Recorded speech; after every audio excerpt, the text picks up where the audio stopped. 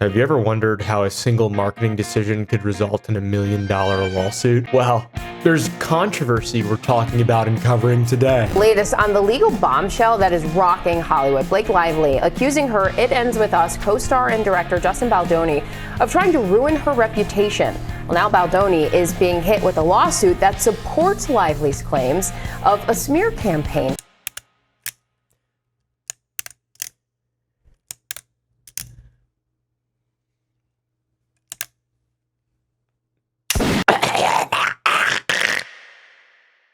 Everyone's got those habits that they just can't seem to shake. Those little things. Maybe it's the constant hand-to-mouth motion, the fidgeting, chewing on pens, picking at the invisible threads. That is where Fume comes in, the sponsor of today's video, a longtime sponsor of the channel, and one of my favorite things. Fume is not a vape. It is an award-winning, smarter, flavored air device designed as an alternative to the things that are bad for you. It uses non-toxic flavors, no nicotine, no vapor. It doesn't need charging. Flavors like crisp mint, grapefruit, refreshing, subtle flavors. It's simple, it's satisfying, and it's completely guilt-free. It also isn't just about the flavor. It is a fantastic fidget tool. You can... That's what I do all day with, it's amazing. Plus there's a Fume base and you can fidget with that. It looks awesome, it's cool, it's a high quality wood, it's portable, it's sleek. Plus in general, it is a fraction of the cost of most bad habits. I give them as gifts, I genuinely do. I love this product. Over 300,000 people have already made the switch to better habits with Fume. It is your turn now, my friends. Go to the link in the description or tryfume.com/Oompaville. That is tryfum.com/Oompaville, or use the QR code on screen. For a limited time, when you order the Journey Pack, you will get a free topper, little sensory device. I like it. It's very cool. Very, very, very delicious. No, don't eat it. Don't eat it. You can put it in your mouth though. Thank you to Fume for sponsoring this video. Have you ever wondered how a single marketing decision could spiral into a multi-million-dollar lawsuit? Well, there is that happening currently, and it's really got me on the edge of my seat. Justin Baldoni, director and co-star of the hit movie It Ends With Us, is being sued for defamation and breach of contract. It comes just days after his co-star Blake Lively accused him of sexual harassment and a smear campaign. Baldoni denying the allegations. Now Hollywood A-listers are taking sides. It didn't until I learned about it, and then I was like, oh, interesting. This is a thing that's happening, and today we're talking about it. We're talking about a controversy that surrounds It Ends With Us. Blake Lively is suing her co-star and director Justin Baldoni, accusing him of sexual harassment on the set of the smash hit It Ends With Us, and orchestrating a retaliatory smear campaign to tarnish her reputation. In response to Lively's lawsuit, Baldoni filed a $250 million slap lawsuit against the New York Times for publishing Lively's accusations, claiming they are false and part of her own smear campaign against him. What exactly is that? I don't even have any idea. I know more about the controversy than I do about the original marketing, the product that they were marketing. I don't know. We'll find out though. We all have an idea of what love can be. I want to see you again. Now you see me. You know what I mean. Blake Lively is an actor and famous person, and Justin Baldoni is also a famous person, and Blake Lively is suing Justin Baldoni over a lot of wild, crazy things. It Ends With Us is the movie and the marketing that resulted in all of this, and it is a film adaptation of Colleen Hoover's novel, It Ends With Us. The book is a story of domestic violence and generational trauma that was brought to the silver screen earlier this year. Colleen Hoover's personal experiences with her mother's abusive relationship lent an authentic voice to the narrative in the novel that was then adapted. Hoover's romances and psychological thrillers are emotionally gripping. Her most popular novel, It Ends With Us, centers on domestic violence and is loosely based on her mother's life. My mother and father divorced when I was 2, and one of my earliest memories was him throwing a TV at her. She was able to get out of that relationship, and then from then on, I just remember growing up with a mother who was so strong and independent. It was critically acclaimed. I've never read it personally, but a lot of people really enjoyed the book. The film adaptation of the book was directed by the third property brother, Justin Baldoni. Justin, on top of directing, also starred as the main antagonist, Riley Kincaid, and Blake Lively played Lily Bloom, our protagonist. To give you a brief understanding, a synopsis of the narrative, it centers on Lily Bloom, who is a florist in Boston, who, after a troubled upbringing marked by her father's abuse towards her mother, she's seeking a fresh start. She meets Riley Kincaid, a very hot and charismatic Doctor Strange type, a neurosurgeon, and in the middle of a fit of rage on a roof, they begin a passionate relationship. It's very epic. Special connection you feel. That first kiss.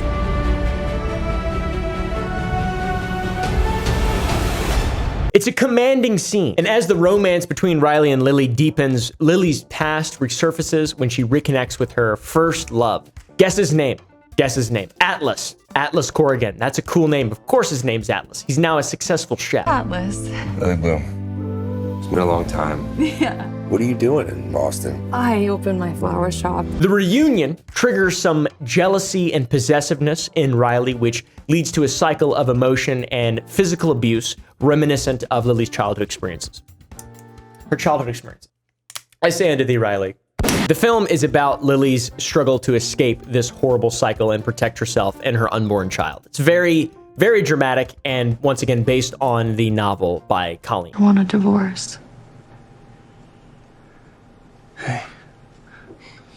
Let's not. Hey, yes.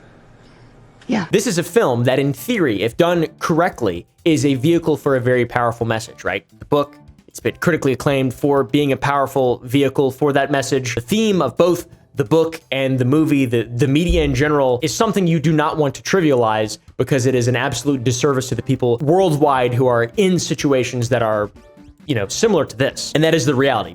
There are relationships like this that exist, just in case you didn't know that. Any women that see it, if they relate to Lily in any way, that they feel empowered and they feel seen and they feel heard and they find some hope to take steps to change their life.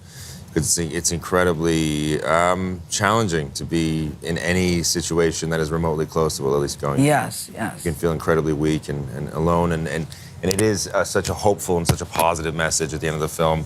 And I think for men that see it, if you see yourself in Ryle, I hope that you have the gumption to be honest with yourself and to recognize it, and to take steps to change, and to admit that you're wrong. But before the film was even released, it became controversial due to the difference in portrayal between its two leading actors. And then this all unraveled into a massive lawsuit with a ton of allegations. It's reminiscent lightly of Johnny Depp and Amber Heard a couple years ago. It's not in the same exact way, but the profile of it. Now, what is the difference between marketing? The huge, massive difference. Blake Lively decided to take her promotional efforts in a more lighthearted way. She prioritized her hair care line, it seemed. Blake's Brown, I'm wearing currently. Not really, that's a lie. She encouraged her audiences to bring their florals to screenings.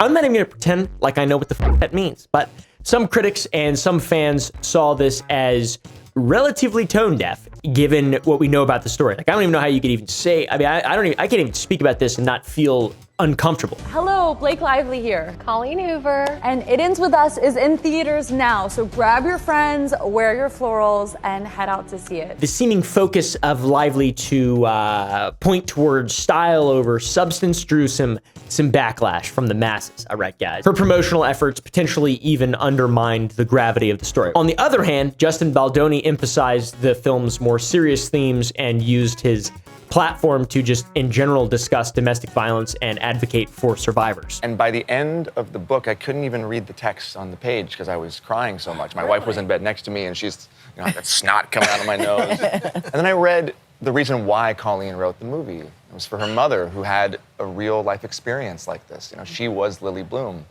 And I just thought, if this could affect me in this way, then I can only imagine what it could do for women and people who are in this situation all over the world. Because all of us have a situation or a pattern that we need to end the cycle of. Because it seems like that's what the movie's about, to be honest. He didn't really seem to be promoting it the same way that Sony did. Sony's marketing strategy was different, and Blake Lively took a more commercial hair care approach, it seems. He is the director, though, so it makes sense, right? Like, he really knows the narrative in and out.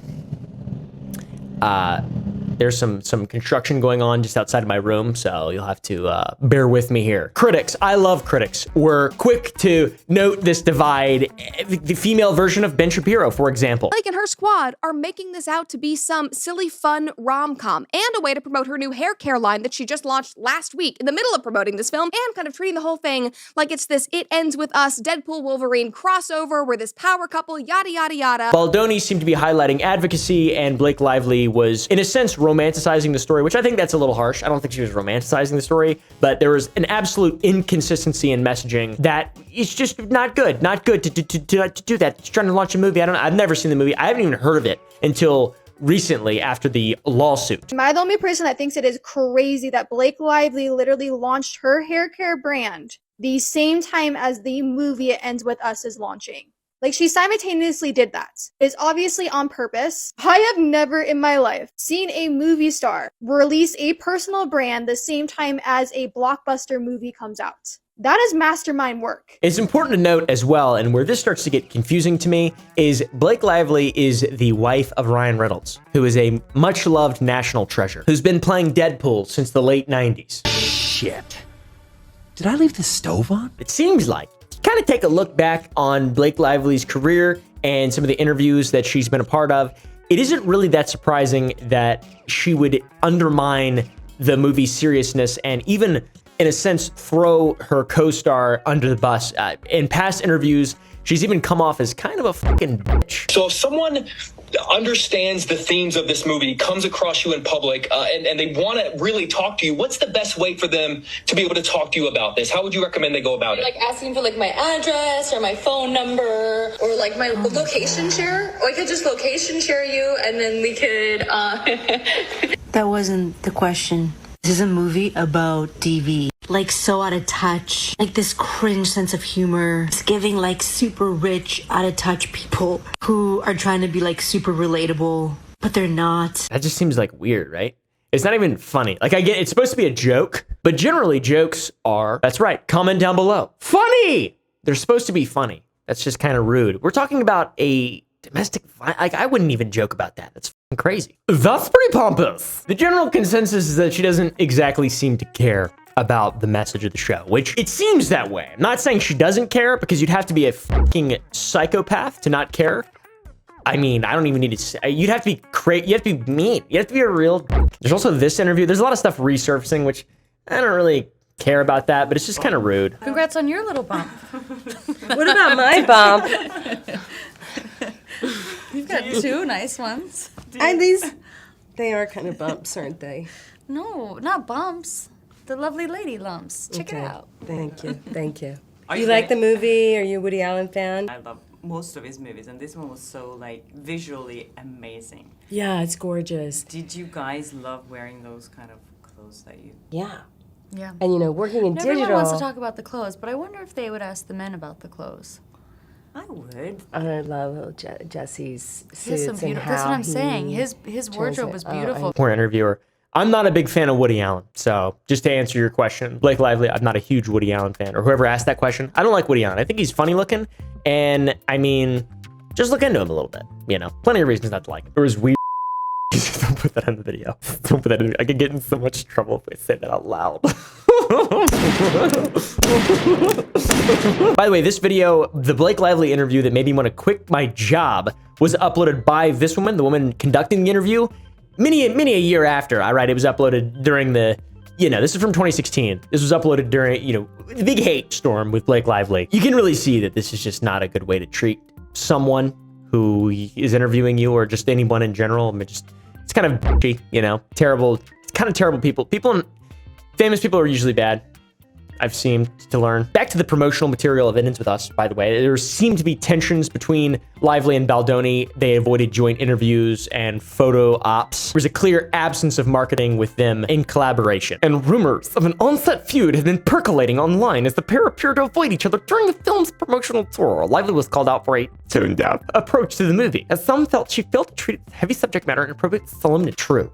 Absolutely true. So once the movie's released and you can really clearly see the actual genuine differences in the promotion versus what the movie contained, the themes of the movie, etc., the dust has settled with all of that. Now there is massive allegations of misconduct. Blake Lively filed a complaint with California's Civil Rights Department alleging sexual harassment and a hostile work environment created by Justin Baldoni and producer Jamie Heath during the film's production. Now, this is wild. Blake Lively's lawsuit shows a series of disturbing incidents that allegedly occurred on set. According to the complaint, Baldoni improvised unwanted kissing scenes without prior consent, made inappropriate comments about Blake Lively's weight, and entered her trailer while she was undressed and breastfeeding her infant. She claimed, obviously, that all this stuff was invasive and deeply humiliating. And all of that in combination contributed to a toxic atmosphere throughout the production of the movie.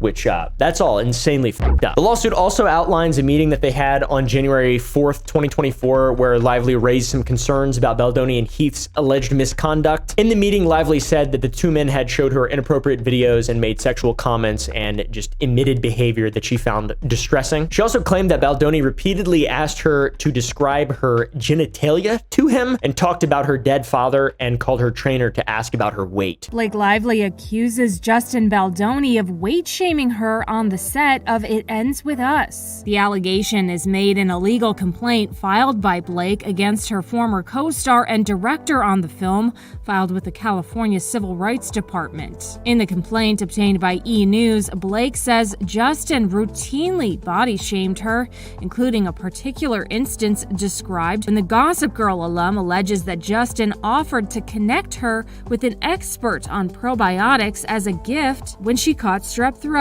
However, upon filling out privacy forms, Blake, who had welcomed her fourth child months before filming the movie, says she realized the expert was actually a weight loss specialist. So we're still talking about the meeting, and in response to the alleged incidents that led up to the meeting, Blake Lively presented a list of required provisions before agreeing to resume filming the show, the film. The provisions included the prohibition of showing nude videos, discussions of pornography, and the mandatory presence of an intimacy coordinator during scenes of a sexual nature. Lots. And more. Many, many, many more. There's a lot of provisions here. This is a lot of stuff. This seems like it was a terrible, terrible environment to work in. It's important to take all this with a grain of salt. Obviously, it is the legal process and lawsuit. You know, it's fucking lawsuit. No, we gotta listen to both sides, just in case you weren't aware.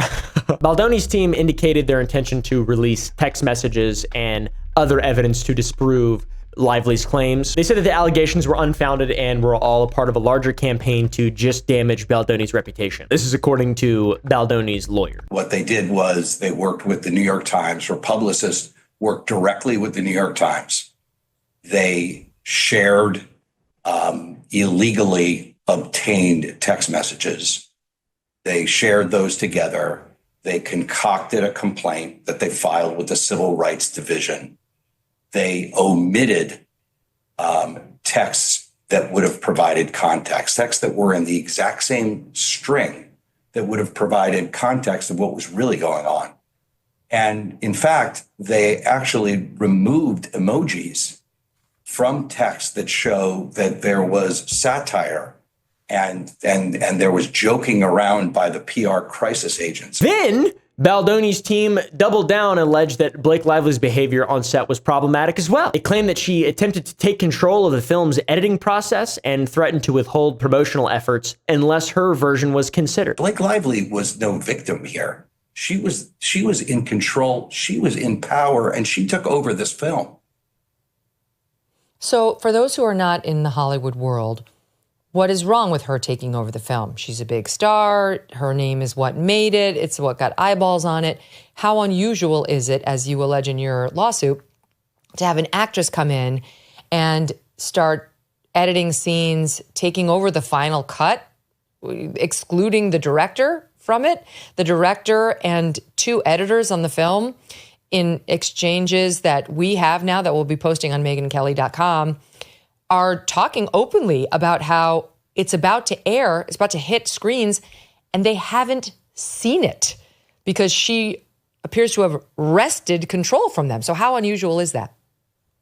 I've never seen it before in my 30-plus year career in Hollywood. So yeah, very complicated. And then Lively accused Baldoni's team of orchestrating a smear campaign, which involved astroturfing, which is a public relations tactic creating fake organic opinions online. Justin Baldoni is calling out Ryan Reynolds. After Blake Lively accused Justin, her director and co-star on It Ends With Us, of sexual harassment on set, he filed a $250 million lawsuit against the New York Times for reporting on the, quote, false allegations. In his December 31st legal filing, Justin also leveled accusations at Lively's husband, Ryan Reynolds, for being aggressive while defending the Gossip Girl actress. Genius. Oh, wow. Yeah, that's like, that's definitely what happened to me after I interviewed Mr. Beast. Definitely. Lively's lawsuit presented some text messages suggesting the coordinated effort to plant negative stories about Lively and manipulate social media narratives. For example, the female version of Ben Shapiro was heavily manipulated. It was based on a review of thousands of pages of original documents, including the text messages and emails that we quote accurately and at length in the article. I don't want to be mean. Who is that person? I've seen him around, but I just get Ben Shapiro vibes. Is that not Ben Shapiro? In a wig? She seems nice. She seems well-spoken. I don't know. This reminds me of Ben Shapiro a little bit. I don't know what the f. Then a message was revealed between Baldoni's publicist and a crisis team, whatever the f that is, that stated he wants to feel like she can be buried. And that is, you know, evidence of an organized plan to tarnish Blake Lively's reputation. This was allegedly led by Melissa Nathan, who is Baldoni's crisis manager, a person who's known for handling high-profile clients like Johnny Depp. And they've been known to take a pretty sophisticated approach to digital manipulation, and reportedly their claim is that these actions are untraceable. This is a pretty clear picture of what by mid-December seems like may have occurred. As reported by the New York Times, the lawsuit states that Lively had complained about inappropriate on-set behavior during the making of the film. By the time It Ends With Us was released in August, it alleged that Baldoni and the film's producer Jamie Heath were worried about the allegations and how they would come to light. So they decided to strike first and smear Lively's reputation. By this point, they had hired a crisis management team to work on the film. Lively has thousands of pages of text messages that she obtained through a subpoena, and that includes the message about Baldoni wanting to feel like Blake Lively can be buried, not married. Now, the alleged smear campaign definitely impacted Blake Lively's public image and career in the spotlight. I mean, there's so many videos with millions upon millions upon millions. I mean, it's the lady's interview of her acting like a bitch, certainly. But you just, conveniently post that again in 2024 when it's popular to hate Blake Lively. That is definitely a really good way to conduct a smear campaign. But then there was a twist. Also, go watch the movie and read the book. All right, this is just so much overshadowing. Unfortunately, I would never review the movie or the book on my YouTube channel because I'm a fucking dumbass and I talk about stupid shit like this. But it's crazy that all of it, they should both be so ashamed of themselves and just shut the fuck up. And make good stuff for people, all right? Just shut the fuck up, you stupid fucks. In a crazy twist, Justin Baldoni filed a lawsuit against the New York Times, the publication that is now accused of supporting Lively's narrative and apparently omitting critical context from text messages so that Baldoni could defend his actions effectively and truthfully. They omitted texts that would have provided context, texts that were in the exact same string that would have provided context of what was really going on. That's Baldoni's legal team pledging to make the messages public to clarify the situation and counter any allegations. They did release the texts, which we'll go over, and they do definitely make it look not nearly as, it's very complicated and convoluted. I said complicated, I meant to say complicated and convoluted at the same time, but instead, I messed up. I'm sorry. It is a very common trend that we've seen time and time again when people are trying to craft a narrative to make someone look like shit. They're both obviously guilty of crafting a narrative to make the other look like shit, and cherry picking messages to prove your point is, that's just what people do. We've got the text shown by Blake, and then we've got the full text conversations between Justin and the editors of the film. And, you got to take all this with a grain of salt. These other folks appear to be very pro-Justin. So the sentiment from these texts is that Blake has been just getting whatever she wants during the entire production of the film, and Justin is doing whatever he can to accommodate her, even though he can't stand it seems. Suck it up, let her in. And eventually we see that Blake was making calls with final approval of certain scenes, and then she's getting her own cut of the movie that the editors and Justin aren't even allowed to watch. It's insane. I don't know anything about this being a director really, but you'd think that the director of a movie would be allowed to watch a cut of the movie. These people are not friends, I'm starting to realize. These Justin leaked texts seem to convey that eventually Justin was cut out of the movie entirely, and a showing of the movie at Book Bonanza, whatever the fuck that is, that was supposed to be a collaborative version, ended up just being Blake Lively's cut, which Justin still wasn't allowed to see, and Justin was uninvited from the event as well. And when he was allowed to give notes on the film, it was from his position within the studio and not as the film's director, which is ridiculous. I mean, I don't even know what the fuck's going on at this point. Is this how it works? I don't even know how this works. So there's that. Then there are other release texts that seem to show that Blake invited Justin into her trailer while she was pumping to run lines, which arguably could discredit her claim that he would wrongfully come in while she was breastfeeding or pumping. I say arguably because there could have been more than one time. He could have been invited this time, but that doesn't mean that any time she's breastfeeding, he's just allowed to show up, obviously. But we would need more context to that, obviously. There's also an 87-page document that I have read from tip to tail. Just kidding, I haven't. From Justin's legal team that also shows the full context of messages used by Blake's team as evidence of Justin's smear campaign and how they were purposefully edited to appear differently than they did in the actual text conversations. It's pretty well laid out. I mean, they did edit them heavily in this. I don't know why they would include this way. The texts don't look like this. This is what texts look like. So that is arguably quite misleading. There's a lot to pour over, by the way, and I'm not gonna do it in this video. You can check that shit out if you want yourself. So we have no idea what the exactly is going on, who is in the right. It's definitely clear that both of them have been operating at a level in which I wouldn't want to work with either one of them at all. Apparently, Baldoni has been dropped by his talent agency, WME, which would affect his career, I think. I'm not exactly sure. One insane rumor that has come out that I think is sort of, well, it's an allegation. It's a claim, really. It's not really a rumor. It's fairly compelling. It's that Ryan Reynolds, Blake Lively's husband, used the character Nice Pool in Deadpool and Wolverine as a way to make fun of Justin Baldoni since the production of the two films was going on simultaneously. And I guess you're a Deadpool too. But in here, everybody calls me Nice Pool. Justin's lawyer claims that this is absolutely about Justin, and there's no question about it, that Nice Pool is, which is just wild to assume that they're making fun of him. I mean, what the fuck is going on, dude? You know, what Ryan Reynolds, you know, has seemingly done, right, is used his power and influence to not only help Blake Lively take over this movie, but, you know, he's used it, you know, on Deadpool and to make fun of Justin Baldoni. Ryan Reynolds, Blake Lively, Justin Baldoni. At the end of the day, it sucks that this just totally overshadowed the movie. And I don't know, man. It's fucked up. Nice Pool, though, back to this. We got to talk about this a little bit. Nice Pool has his hair in a bun, just like Justin styled his hair in a bun for a while. In the film, Nice Pool also says that he identifies as a feminist. She just had a baby too, and can't even tell. I don't think you're supposed to say that. That's okay. I identify as a feminist. Right. And in an either deleted or alternate scene, he says that he wants to start a podcast that monetizes the women's movement. I'd be fighting alongside them, but my calling is to one day host a podcast that monetizes the women's movement. Which is seemingly critical of Justin, who'd been vocal about female advocacy and had a podcast called Man Enough that frequently visits the topic of gender roles and monetizes the women's movement. How can we prepare men for fatherhood and marriage so that not all of that stuff has to land on the woman? Do you think people realize the invisible work that it takes for you to be Justin? I didn't want to ever separate her from I. You could have given up on me a lot of times. And your belief that I can be better is why we're even here. Speaking of that, guys, I'm going to start a podcast called Guy Stuff.